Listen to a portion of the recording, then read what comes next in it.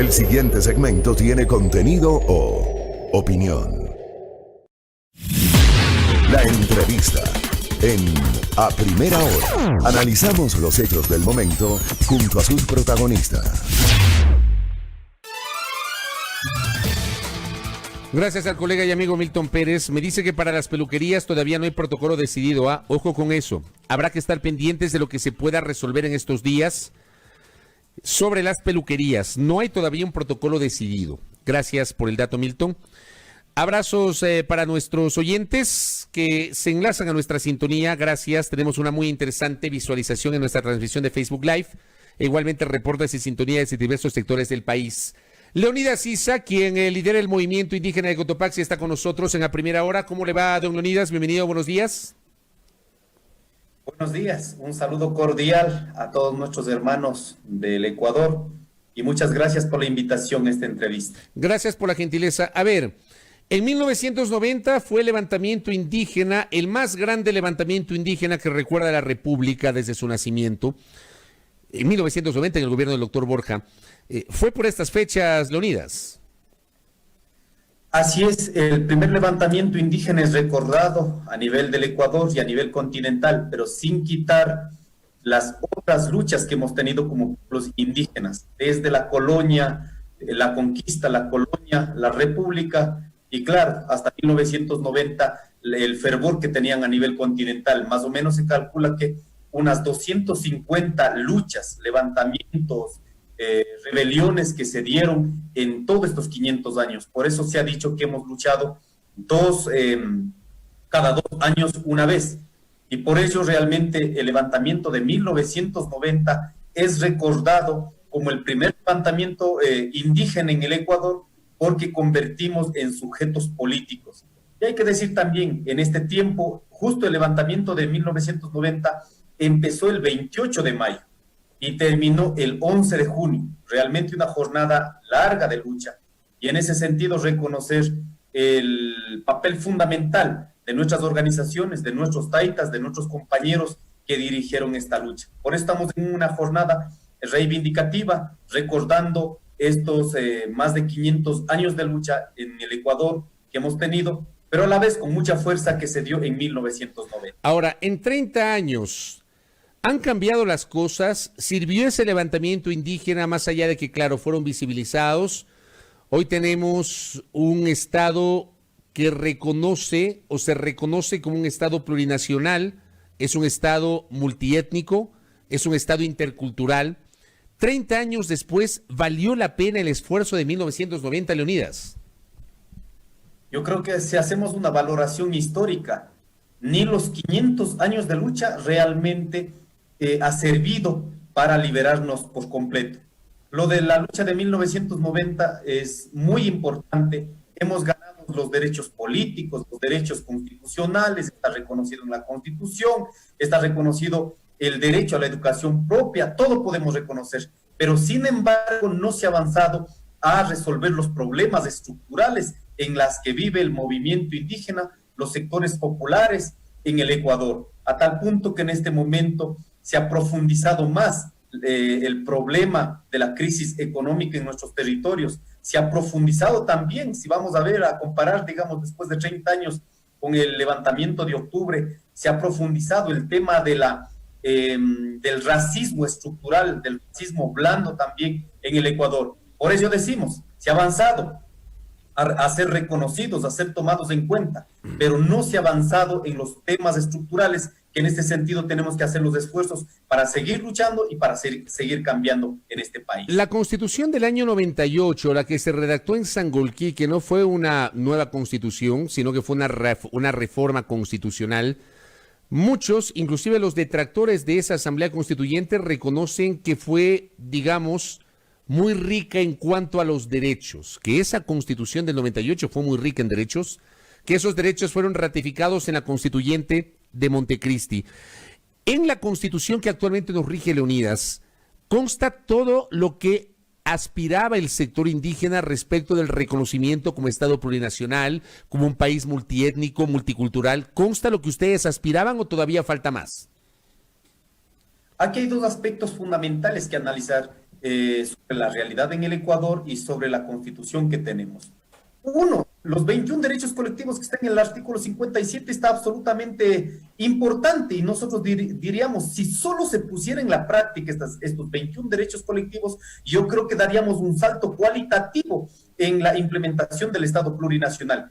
Pero así como hay una norma, en este caso mayor, que es la Constitución, asimismo se tienen otras leyes, en cambio, que eliminan esos derechos. Por ejemplo, aquí en el Ecuador no se puede efectivizar la aplicación de la justicia indígena, no se puede efectivizar el derecho al territorio, no se puede efectivizar el derecho a la consulta previa, libre e informada. En ese sentido, los derechos quedan únicamente en el papel. Podemos estar de acuerdo que se ha avanzado muchos de los derechos, incluso mucho más importantes que hemos tenido desde la Constitucional del 98 y en la Constitución del 2008, que realmente tenemos reconocidos, pero no realmente se ha avanzado en la práctica. Por eso decimos que los derechos, en la medida que están reconocidos, pero tenemos que hacer fuerza, tenemos que seguir luchando para que se pragmatice en el día a día. Es lo que ha pasado ya más de 10 años y no la tenemos. Hay gente que, por ejemplo, hay gente, Leonidas, que por ejemplo asume, Leonidas, si me permite, hay gente que asume que la justicia indígena es el castigo dentro de las comunidades y para de contar, y que esa es la justicia indígena. Yo entiendo que el concepto constitucional de justicia indígena no se circunscribe solamente a eso, ¿o sí? No, en absoluto. Por eso decía, aquí tiene que venir a discutir de lo que significa ya en extenso, digamos, ¿no es cierto?, lo que es la justicia indígena en el Ecuador y en el continente. Porque no es una visión después de la República. De pronto digan los hermanos indígenas quieren implementar después de la vida de la República, en este caso de 1810, 1830, donde se estaban conformando las repúblicas. Hay que preguntar, antes de las repúblicas nosotros ya teníamos un sistema de justicia, un sistema de salud, un sistema de producción, un sistema de distribución de la riqueza. Que la justicia indígena en este momento está vista de manera racial, de manera racializada. Creen que solo es llevar aplicar el juete, de pronto el agua y nada más. Aquí realmente la justicia indígena y otros elementos que tenemos como pueblos y nacionalidades es absolutamente cuestionar la estructura social en la que vivimos. Hay que hacer una comparación. ¿Qué persigue la justicia ordinaria?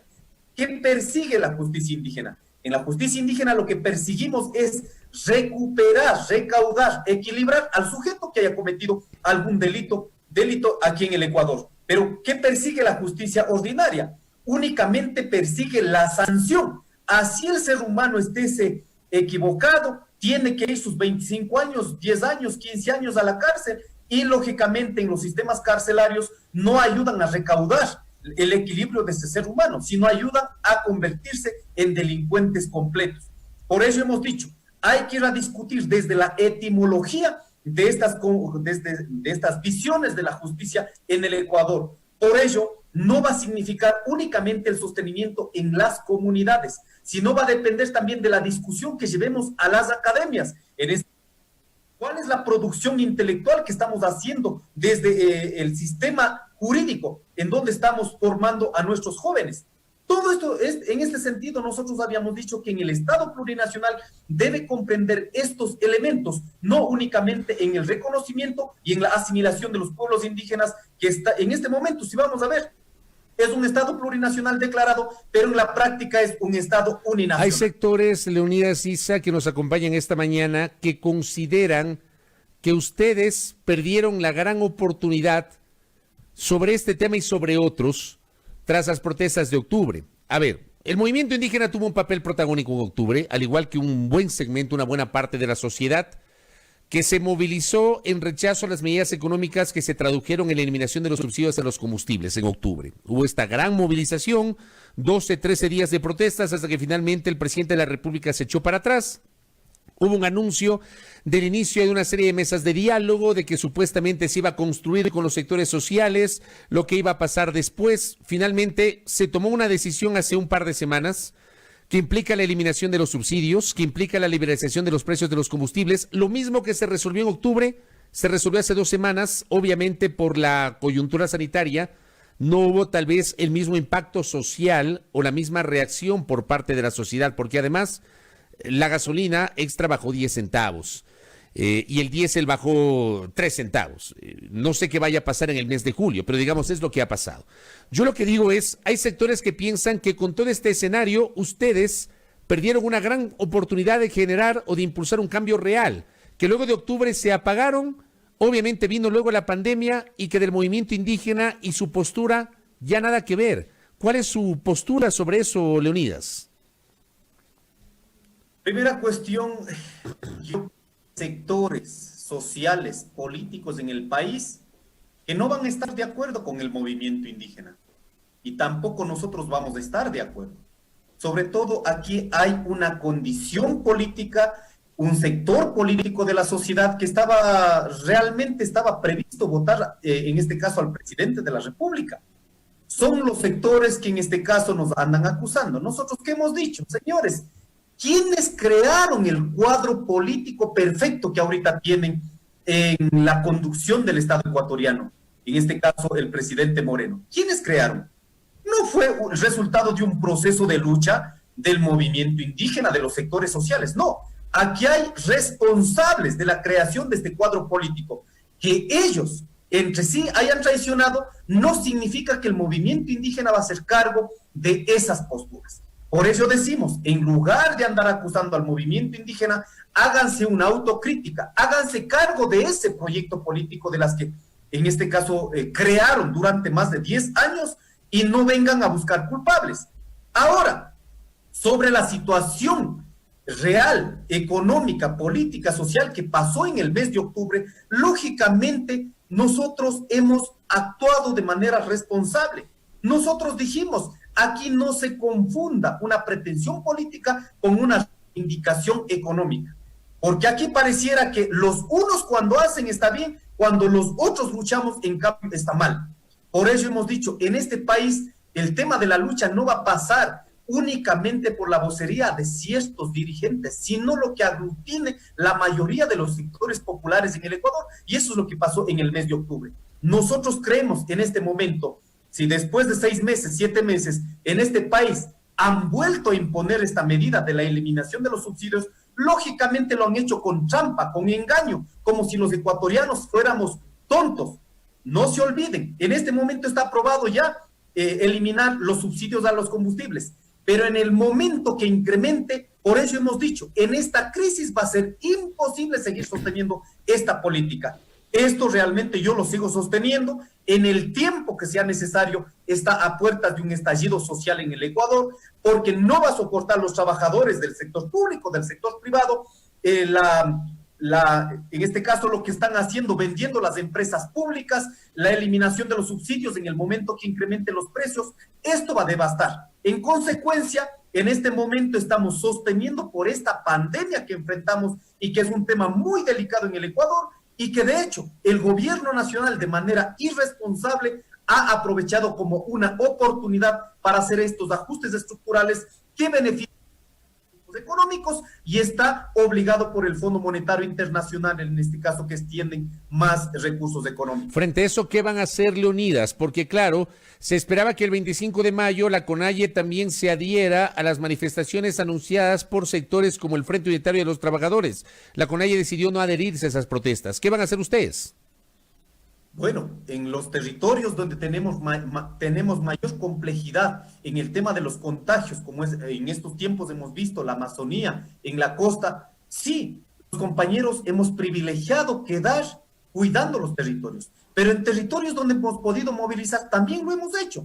En este caso, en la sierra, si vamos a hacer una valoración, en las ciudades principales estaba presente el movimiento indígena del Ecuador. Entonces no podemos opacar una acción que hemos hecho con el cuidado de la vida, pero a la vez también levantar nuestra voz de protesta, que sí lo hemos hecho. Está absolutamente claro en la vocería de la CONAIE, donde decimos, vamos progresivamente, porque la lucha no es que están de pronto la gente en un redil, digamos, ¿no es cierto? No es que va a salir de noche a la mañana, hay que ir construyendo, en este caso generando debate al interior, cuáles son los impactos negativos que tenemos frente a las implementaciones de las medidas económicas, de las leyes que ha incrementado el gobierno, y a partir de ello ¿Acaso que el mes de octubre ha sido, lo que pasó en el mes de octubre ha sido únicamente de noche a la mañana? Nosotros habíamos venido cuestionando ya durante más de gobierno nacional y que eso permitió realmente levantar en voz de protesta. Por eso nosotros hemos dicho, en este momento estamos pasando también a otra etapa dentro del movimiento indígena, hacer esta valoración frente a la emergencia sanitaria dentro de nuestros territorios y vamos programáticamente planificando, en este caso, una medida de hecho y convocar a otros sectores sociales. No es que no hemos participado, ¿No han claudicado? Leonidas, ¿no han claudicado? ¿Ustedes no han claudicado? ¿El movimiento indígena no claudicó en estos meses? En absoluto, no hemos claudicado. Por ello, con mayor fuerza, hemos convocado a la lucha. Y estamos en estas reuniones ya saliendo de poco en nuestros territorios y vamos a ir de esta manera. Por eso yo quiero decir a los compañeros que de pronto sienten de manera negativa que en el mes de octubre era la oportunidad del movimiento indígena. Les queremos recordar, 500 años en este país y 500 años en Latinoamérica, nosotros no hemos perdido la posibilidad de cambiar esta estructura social en la que vivimos. Entonces, lo del mes de octubre es un hito histórico, una referencia histórica de lucha como el de 1990. Vamos con condiciones, con fuerza, realmente para replantear otro tipo de sociedad. Ese es el camino de la lucha. No es fácil, no es de noche a la mañana, y los derechos que en este momento están consagrados en la Constitución, no solo en el Ecuador, sino en todos los estados del mundo, los derechos que han ganado los trabajadores, los indígenas, todos los sectores, ha sido gracias a los cientos de años que tenemos en estos territorios. Leonidas, así que no hay que olvidarnos, la lucha se va construyendo trazo a trazo y vamos construyendo realmente una fuerza para transformar esta sociedad. Leonidas, se me termina el tiempo. Le quiero preguntar, ¿usted tiene en el radar la posibilidad de una precandidatura presidencial? Esto va a depender mucho de la decisión de las organizaciones de base. No es, en este caso, la valoración individual de los compañeros que en este caso ya han dicho que son precandidatos. Aquí lo que quiero decir, al menos de mi parte, mi posibilidad no va a servir, en este caso, para la división de las organizaciones. Aquí, de pronto, ha generado en los últimos tiempos, pareciera que hay posturas individuales. No las hay. Hay una sola postura, la unidad del movimiento indígena. Y en términos electorales no vamos a dividir ni vamos a pelear. Por ello yo convoco a los compañeros. Aquí tenemos que altamente identificarnos que somos compañeros y que estamos dispuestos a luchar. Y las elecciones no pueden ser un límite para que acaben dividiendo. Las elecciones apenas es un instrumento también de lucha, pero sobre todo la lucha a largo alcance es la que yo propongo en el Ecuador. ¿Podrían ustedes sentar a dialogar con otras fuerzas progresistas sin excluir al correísmo, Leonidas? Bueno, yo he sido absolutamente claro en esto. Aquí no podemos quedar en el límite de los partidos políticos. ¿Por qué? Lo voy a analizar con profundidad. En este país está mal llevado la política. Se han hecho los partidos políticos y se convierten en parcelas de poder y no permiten que los ciudadanos reconozcan lo que somos. Aquí en este país y en el mundo, ahora más que nunca está demostrado que hay una condición de clase. Hay una cierta clase política y económica que domina a otros sectores sociales. En consecuencia, yo pido a todos los compañeros que sentimos explotados, que sentimos excluidos, que sentimos discriminados, que sentimos racializados y que están con parcelas de los partidos políticos, les invitamos a hacer una lucha social de clase en este país.